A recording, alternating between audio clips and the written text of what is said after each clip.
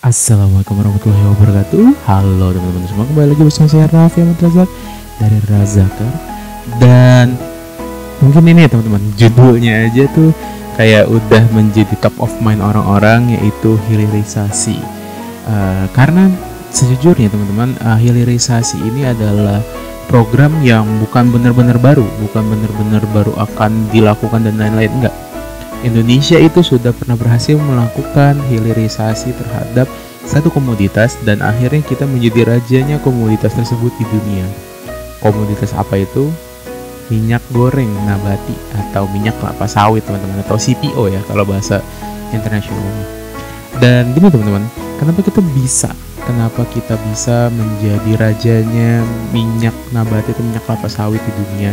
Karena kita melakukan proses hilirisasi industri ini sudah cukup lama teman-teman, sudah cukup lama. Dan selain dari pemerintah juga swasta-swasta yang memiliki kebun-kebun dan processing factory-nya untuk minyak sawit ini pun bekerja sama secara terintegrasi sehingga mereka bisa melakukan hilirisasi terhadap komoditas ini.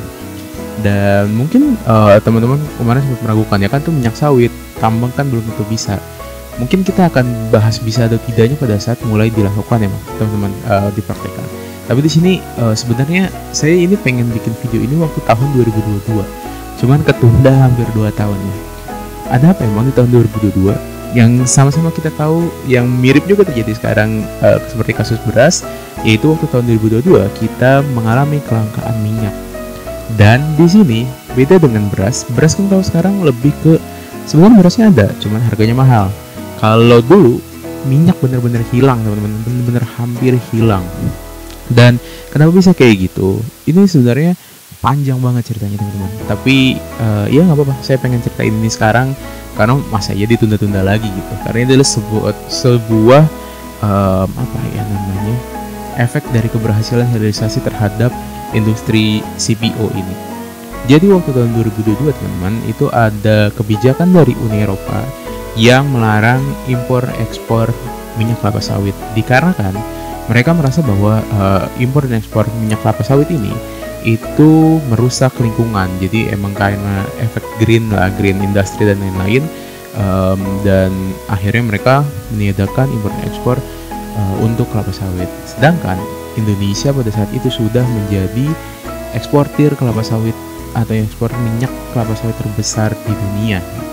Dan kita juga memiliki lahan kelapa sawit terbesar di dunia. Kenapa bisa dibilang ini bukan green industry? Karena memang kelapa sawit ini cenderung merusak tanah di mana tempat dia tumbuh, sehingga tanaman-tanaman di sekitarnya nggak bisa subur gitu. Karena semua nutrisi zat hara dan airnya itu diserap sama si kelapa sawit.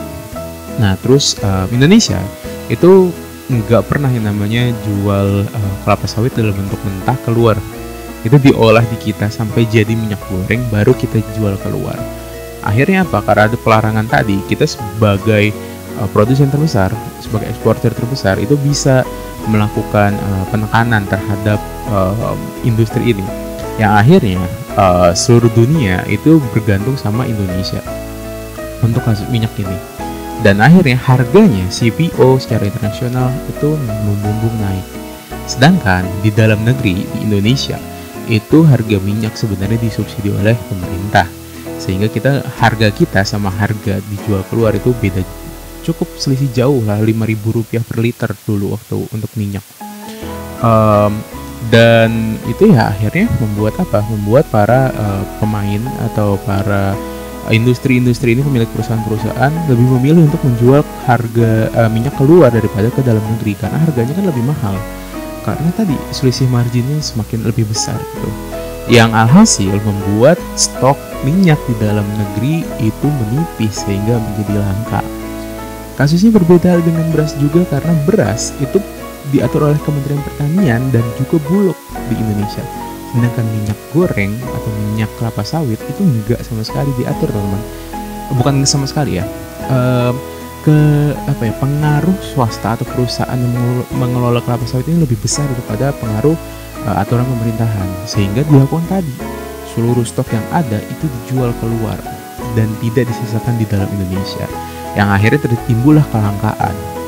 lalu kita debat akhirnya kan, dari rakyat, demo, lalu dari pemerintah akhirnya melakukan pendekatan ke pihak-pihak swasta pemilik perusahaan kelapa sawit, dan akhirnya tawar-menawar terjadi, dan dealnya, kesepakatannya adalah menaikkan harga minyak di dalam negeri, baru mau ngejual lagi, dan dibatasi ekspor ke luar negeri sehingga jumlah di dalam negerinya harus dicukupi dulu, baru sisanya diekspor.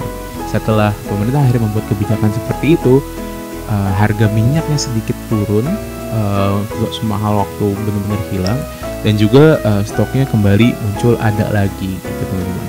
Jadi memang ini perbedaannya ya teman-teman. Kalau memang beras kemarin ini terjadi karena faktor cuaca, kalau minyak ini terjadi karena faktor ekspor yang tidak dibatasi. Jadi memang ya bagi perusahaan ya lebih untung ekspor dong daripada ini jual dalam negeri kayak gitu teman-teman.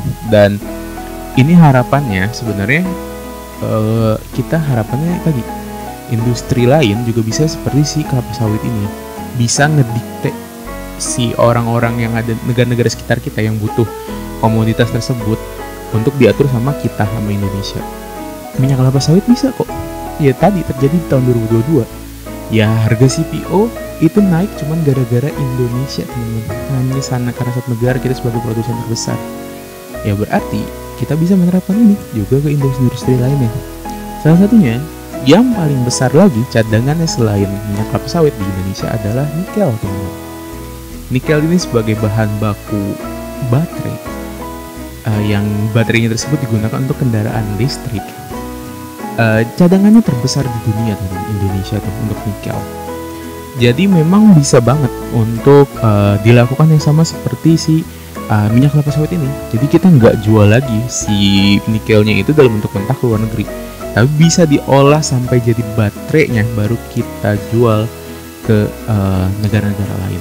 Kurang lebih sama kita di minyak, kita nggak ngejual kelapa sawitnya, kita jual minyak gorengnya udah siap pakai ke luar negeri. Sehingga apa tadi? Harganya lebih naik, devisa negaranya lebih besar, dan juga kita bisa mengontrol tadi pada di dunia. Sebagai contoh karena contohnya minyak bumi Indonesia tuh nggak bisa ngedikte karena bukan merupakan cadangan terbesar. Masih ada negara-negara lain yang lebih besar cadangannya, sehingga nggak bisa mendikte harganya. Kita kan harga minyak bumi itu kan referensinya ke Brent crude oil atau ke West Texas Intermediate kan. Nah sedangkan kalau tadi minyak sawit itu CPO itu ke kita referensinya, dan harapannya cadangan-cadangan komoditas lainnya kayak salah satunya tadi nikel itu nanti kiblatnya jadi ke kita juga sama kayak CPO. Jadi itulah teman-teman yang namanya proses hilirisasi, atau sebenarnya saya pengen menjelaskan kenapa waktu 2022 itu minyak bisa langka, dan itu ada hubungannya dengan proses hilirisasi yang artinya apa? Dunia itu bergantung sama Indonesia untuk komoditas tersebut, dan menurut saya sih itu sesuatu nilai kompetitif yang luar biasa ya buat suatu negara. Gitu aja sih teman-teman, penjelasan dari saya mengenai apakah Indonesia bisa merealisasikan hilirisasi. Tentu bisa, karena sudah pernah melakukan di minyak kelapa sawit. Dan tadi jangan lupa likes-nya, subscribe-nya, dan share-nya. Dan terima kasih telah menonton video ini. Nama saya Raffi Razak, dan Razak izin undur pamit diri. Assalamualaikum warahmatullahi wabarakatuh. Sampai jumpa.